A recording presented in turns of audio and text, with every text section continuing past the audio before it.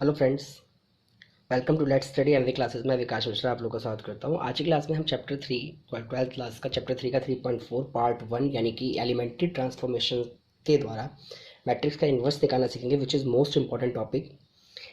इसमें आपके कुल 17 क्वेश्चन है बच्चों। तो आज मैं आपको एक क्वेश्चन कराऊंगा और आपका अंडरस्टैंडिंग लेवल उससे बढ़ाऊंगा कि हाँ भाई इसको कैसे करना है। थोड़ा सा मैं आपको बेसिक बताऊंगा इसका कि एलिमेंट्री ट्रांसफॉर्मेशन होता क्या है, कैसे इसका करना होता है। तो बिल्कुल सिंपली आप समझेंगे ध्यान से कि आपको यहाँ पर ऑपरेशन लगाना है और ऑपरेशन के माध्यम से, ऑपरेशन का मतलब ये है कि बच्चों आपको किसी भी मैट्रिक्स को आइडेंटिटी मैट्रिक्स में कन्वर्ट करना है। आइडेंटिटी मैट्रिक्स क्या होती है? 2x2 की मैट्रिक्स होती है 1 0 0 1 ये है, और 3x3 का 1 0 0 0 1 0 0 0 1 जो आप जानते हैं, पहले आपने पढ़ रखा है। आज की क्लास में हम डिस्कस करेंगे कि हमें इसे कैसे करना है।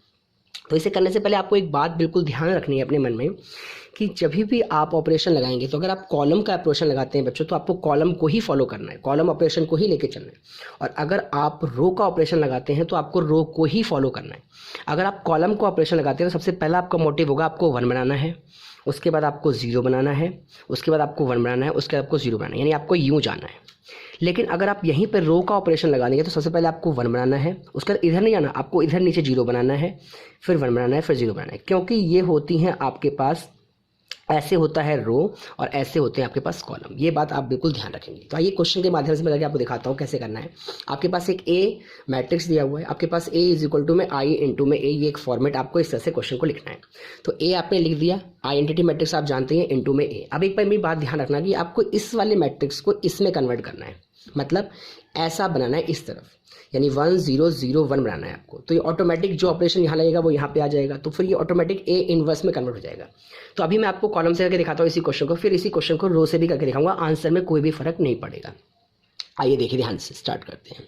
कहता है C2 इज 10 2, इसे बोलते हैं C2। अब देखो, आप गौर से देखो तो ये ऑलरेडी 1 तो बना हुआ है, तो इसे कुछ नहीं करना, आपका प्रोसेस है इसे 0 बनाना। तो आपने अगर C2 इज 10 2 यानी C2 में चेंजेस कर रहे हैं, C2 प्लस C1 यानी आपने इन दोनों को ऐड कर दिया, C2 के साथ C1 को क्या कर दिया, आपने ऐड कर दिया।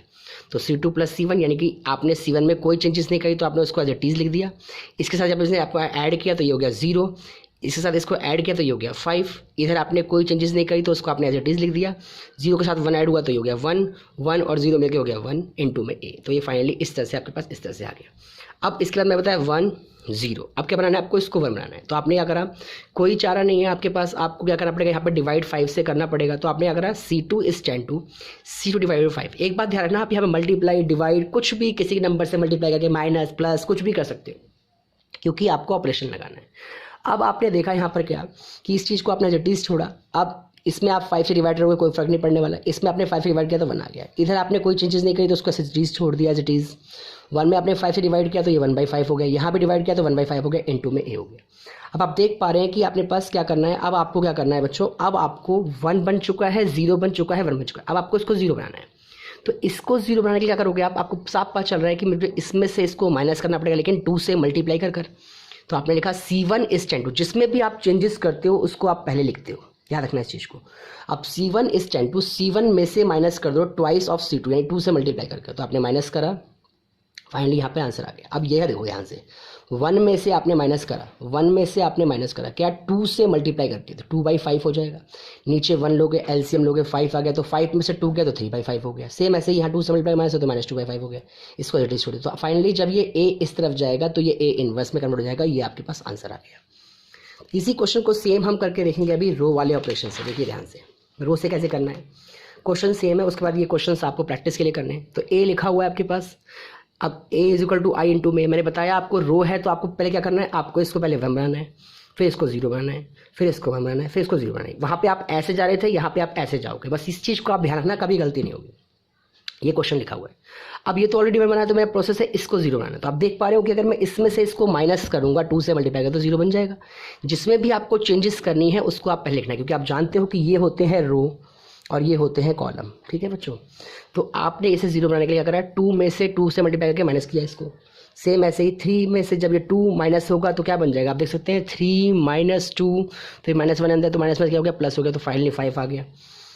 अब इधर कुछ नहीं हुआ, इधर सेम वही अप्लाई हो गया, यहाँ भी नियम लग गया। अब जो भी नियम यहाँ लगेगा उसको आपको यहाँ लगाना पड़ेगा। अब इसके बाद आपने क्या करा, ये 0 बन चुका है। अब इसको आपको 1 बनाना है, तो आपने क्या करा, R2 is 10 यानी इसमें चेंजेस करना है, डिवाइड बाई 5 कर दिया। जब आपने इसमें 5 से डिवाइड किया तो ये ऑलरेडी क्या बन गया, 1 बन गया। ऊपर आपने कोई चेंजेस नहीं करी तो उसको एज छोड़ दिया। सेम यहाँ पे 5 से डिवाइड, यहाँ से 5 से डिवाइड, बहुत ईजी है।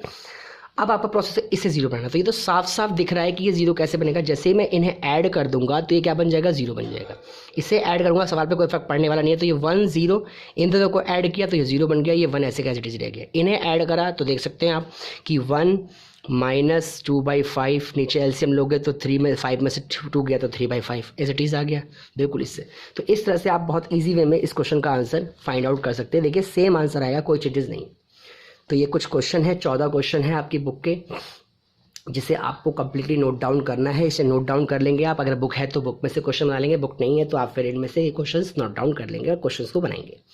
अगली क्लास में हम मिलेंगे आपके 3x3 के मैट्रिक्स के साथ। अगर इनमें से कोई क्वेश्चन आपका फंसता है तो आप क्वेश्चन नंबर लिख दीजिएगा कमेंट में, मैं उसे सॉल्व करा दूंगा नेक्स्ट सेशन में। और कमेंट में आप बताया करिए आपको सेशन कैसा लगता है। तो आज के लिए इतना ही। Thank you for watching.